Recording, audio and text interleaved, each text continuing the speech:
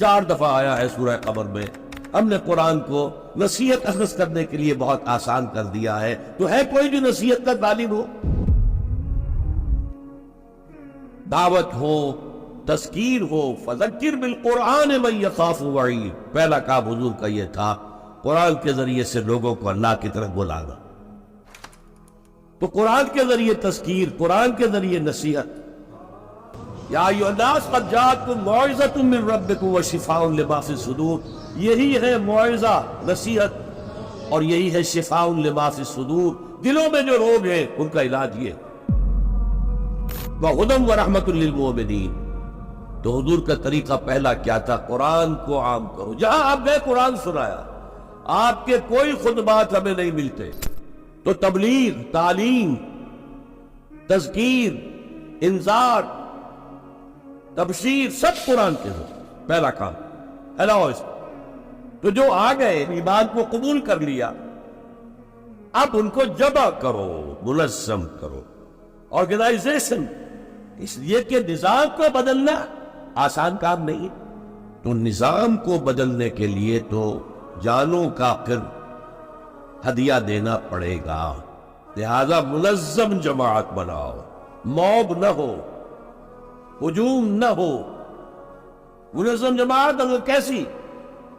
سب اطاعت، لسن نبے. جو آرمی کا جو اصول ہے، اگر فوج میں کوئی شخص جسے حکم دے رہا ہو، سپیریئر اس کا، وہ پوچھے جناب یہ حکم مجھے کیوں دے رہے ہیں، کیا مصلحت ہے، پہلے سمجھائیے پھر میں عمل کروں گا، تو کیا وہ فوج کہلائے گی؟ بڑی پیاری نظر تھی، میٹرک کے زمانے میں پڑھی تھی انگریزی کی، کہ کسی جنگ میں 600 سواروں کا ایک دستہ تھا، اور ان کو حکم دے دیا گیا چارج، آگے بڑھو، حملہ کرو. اور انہیں معلوم تھا کہ داہنے ہاتھ بھی توپیں لگی ہوئی ہیں. Speed and thunder. توپیں، سامنے بھی توپیں ہیں، آگ اگل رہی. Cannons to left of them, cannons to right of them, cannons in front of them. Speed and thunder. لہذا سب نے یہ سمجھا someone has blundered. کسی نے بڑی غلطی کی ہے یہ حکم دے کر. جو کمانڈر ہے بڑی خطا ہوئی. لیکن there is not to reason why. یہ why کا سوال کرنے کا تو ان کا مقام ہی نہیں. there is but to do and die. جو حکم ملا کرو، مرتے ہو تو مرو. therefore into the valley of death rode the 600. 600 کے 600 موت کی وادی میں اتر گئے.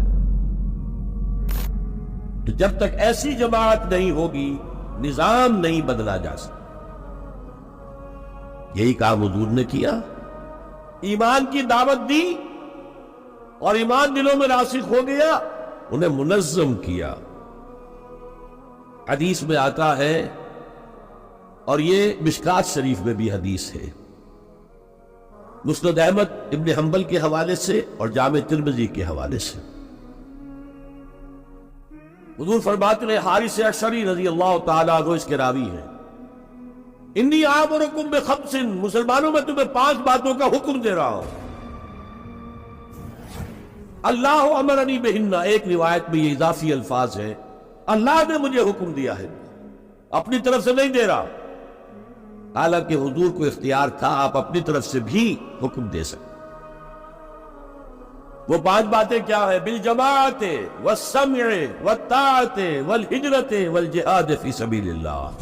کس کو نہیں معلوم 5 ارکان اسلام؟ اور کس نے فرمایا؟ یہ حضور نے. اسلام کی تعبیر 5 بنیادوں پر ہے. یہ حدیث ہمیں یاد ہے. اور جس کے کہہ رہے ہیں میں حکم دیتا ہوں تمہیں اور اللہ نے مجھے حکم دیا ہے، یہ 5 باتیں ہمارے ذہن سے نکل گئی.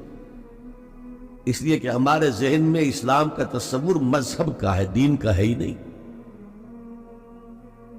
ہم وہی سمجھتے ہیں کہ نماز، ایک تو یہ کہ ہمارے عقائد ٹھیک ہو، نماز، روزہ، حج، زکوٰۃ کا تقاضا ہو، اور کچھ جو ہمارے سوشل کسٹمز ہیں، عیدیں منائے، جمعہ پڑھے، قربانیاں دیا کریں عید الاضحیٰ میں، بچے کا عقیقہ کریں، مردے کو دفنائیں، کفنائیں، شادی ہو تو ایجاب و قبول کرائیں، پھیرے نہیں ڈلوائیں گے.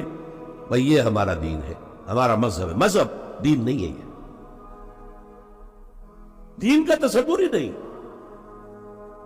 ہم اتنے خوگر ہو گئے محکومیت کے کہ دین کی اقامت کا تصور، دین کو غالب کرنے کا تصور ہمارے ذہن سے نکل گیا، ذہن میں ہے ہی نہیں. علماء کو بھی اجنبی سی بات لگتی ہے، یہ کیا بات کہہ رہے ہیں، یہ تو اجنبی سی بات ہے، اس لیے کہ ہمارے ذہنوں سے تصور نکل گیا. پہلے مسلمان بادشاہ تھے، اس کے بعد آ گئے انگریز. انگریز نے کہا قانون ہمارا ہوگا، کرمنل لا ہمارا ہوگا، CRPC ہماری ہوگی، سول لا ہمارا ہوگا، نظام ہمارا ہوگا. ہاں نماز پڑھ سکتے ہو، روزہ رکھ سکتے ہو، ہمیں کوئی تمہارے مذہب سے کوئی دشمنی نہیں. بلکہ انگریز نے تو بڑی رعایت کی تھی. اس نے کہا تھا تم اپنے فیملی لاز بھی اپنی مرضی سے جیسے چاہو طے کرو. آج مسلمان ممالک میں سے بھی اکثر نے اپنے فیملی لاز چھوڑ کر یورپ کے فیملی لاز اختیار کر لیے، اور پہلی مرتبہ یہ کام کیا تھا ترک نے. اور یورپ کے اخبارات نے پھر تنزیہ لکھا تھا کہ یہ عجیب قوم ہے، کہتی ہے کہ بہترین قانون ہمارے پاس ہے، اور حال یہ ہے کہ فیملی لاز بھی ہم سے مانگ رہے ہیں، رومن لا سے اخذ کر رہے ہیں فیملی لا. یہ ان کا حال ہے، کہتے ہیں بہترین قانون ہمارے پاس. تو انگریز کے آنے کے بعد اب ہمارا علماء کا قال اللہ و قال رسول یا مدرسہ چلانے، بہرحال انہوں نے بڑی خدمتیں کی ہیں. اگر یہ نہ ہوتا تو شاید ہمارے ہاں مساجدیں آباد ہی نہ ہوتی. کم سے کم علماء نے وہ پوزیشنیں جو ہے وہ پر کی ہے، ایک ڈھانچہ جو ہے وہ برقرار رکھا ہے، اس میں کوئی شک نہیں ان کی خدمات. لیکن انگریز نے تو جو بھی تھا صرف اتنی آزادی دی تھی، اسی کو ہم ذہناً ریکنسائل کر چکے ہیں، بس اسلام یہی ہے. نہیں. اور آج میں آپ کو بتا دوں، امریکہ اور انگلینڈ خاص طور پر اور بقیہ عیسائی مملکتیں بھی بالعموم اسلام کے خلاف جو جنگ جاری کر رہے ہیں اور تیزی کے ساتھ یہ بڑھے گی، اس کا بھی معاملہ یہ ہے کہ مذہب کی حیثیت سے اسلام کے خلاف ان کی کوئی جنگ نہیں. وہ یہ کہہ سکتے ہیں you have come here, you have purchased churches and synagogues and converted them into mosques. Did we object? تم یہاں آئے، تم نے چرچ خرید کے مسجد بنا لی، سینیگوگ یہودیوں کا خریدا اور مسجد بنا لی، ہم نے کبھی روکا تمہیں؟ تم نمازیں پڑھتے ہو، ہم نے روکا؟ روزے رکھتے ہو، ہم نے روکا؟ بلکہ رمضان میں وائٹ ہاؤس میں ایک افطاری بھی دے دیتے ہیں تمہیں سیریمونیل. تمہاری عید ہے، بقرہ عید ہے، ہم کو مومنٹی سٹیمپس جاری کر دیتے ہیں، یہ عید کا جو ہے ڈاک کا ٹکٹ ہے اور یہ بقرہ عید کا ہے. تو مذہب سے تو ہمیں کوئی اعتراض نہیں، لیکن اسلام کا سیاسی، معاشی اور سماجی نظام nothing doing. We will not bear it. نظام ہمارا ہوگا. اور سمجھ لیجئے یہ تاریخ نے پورا سرکل، ایک گھیرا پورا کر دیا. نظام ہمارا ہوگا، اس نظام کے نیچے تم رہو، مسلمان رہو، ہندو رہو، عیسائی رہو، کچھ رہو. یہ بالکل برعکس کیفیت ہو گئی ہے.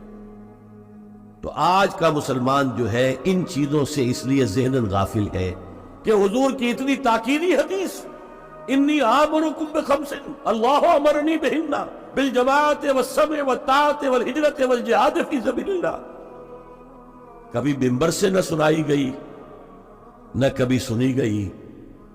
اس لیے کہ یہ اس عمل کا نام ہے جو دین کو قائم کرنے کے لیے ہوگا.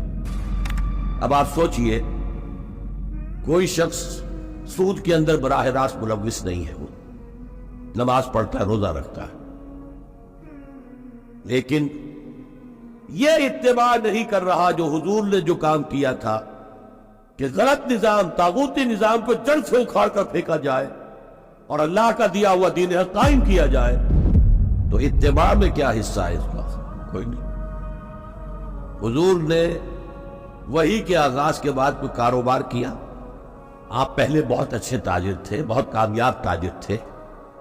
اس وقت کا ایکسپورٹ امپورٹ قافلہ لے کر جا رہے ہیں شام، قافلہ واپس لے کر آ رہے ہیں، لیکن جیسے ہی وحی آ گئی، یا ایھا المدثر قم فانذر وربک فکبر، اے لحاف میں لپٹ کر لیٹنے والے اب کھڑے ہو جاؤ، کمر کس لو، گرڈ اپ یور لائنز، اپنے مشن کا آغاز کرو۔ اس کا آغاز کیا ہے؟ انذار، خبردار کرو انہیں کہ زندگی یہی زندگی نہیں ہے، اصل زندگی آخرت کی زندگی ہے، اور قیامت کے دن تمہیں حساب جو ہے اپنا پیش کرنا ہوگا، جواب دہی کرنی ہوگی۔ You will have to face the grand accountability of the day of judgment۔ یہ انذار سے بات شروع کرو، وَرَبَّكَ فَكَبِّرْ، اور جو ہدف ہے مقصود کیا، اللہ کو بڑا کرو، یعنی اس کی بڑائی نافذ،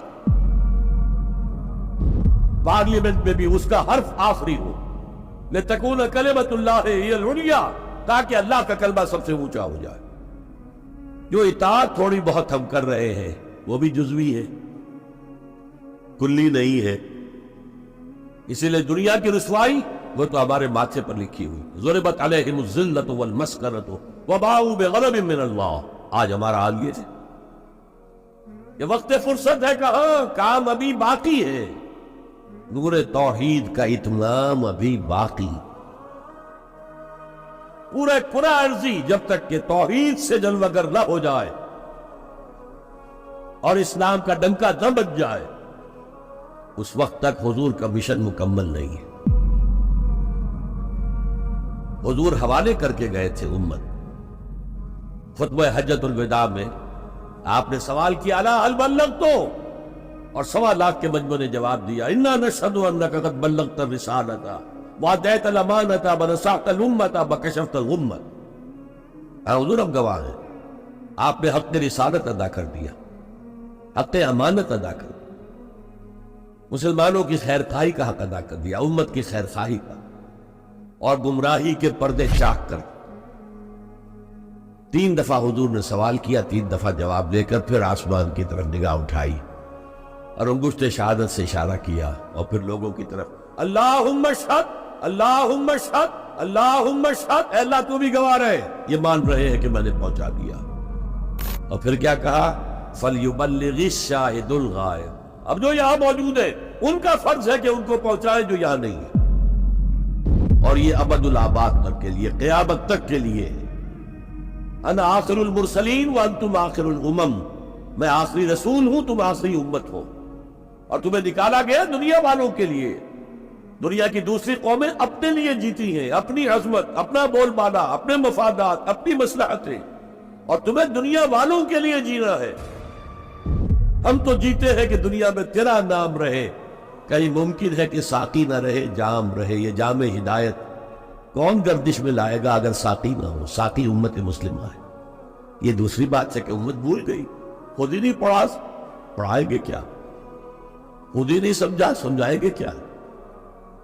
بہرحال وقت فرصت ہے، کہاں، کام ابھی باقی ہے، اور اس کی صحیح حدیثیں موجود ہیں کہ دنیا میں دوبارہ نظام خلافت علی منہاج النبوہ آئے گا، اور اب جب آئے گا گلوبل ہوگا۔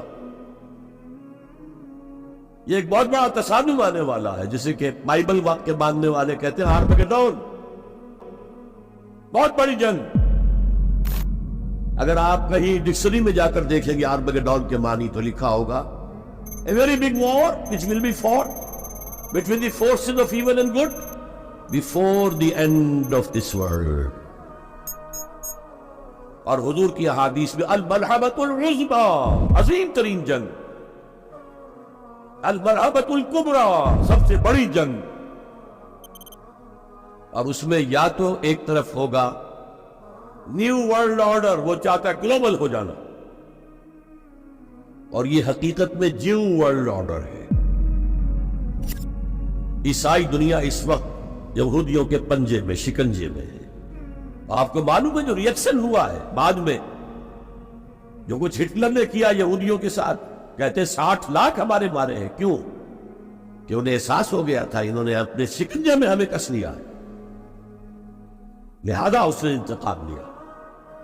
بہرحال اب جو بھی ٹکراؤ ہونے والا وہ 2 نظاموں کا ہوگا، جسے ہنٹنگٹن نے کہا ہے کلیش آف سیویلائزیشنز، تہذیبوں کا تصادم آئے گا، اور اس میں دوسری تہذیب ہماری یا ہمارا نظام اس وقت دنیا میں کہیں نہیں ہے، لیکن دشمن کو معلوم ہے۔ ابلیس کی مجلس شورا میں علامہ اقبال نے ابلیس کے ترجمانی کرتے ہوئے کہا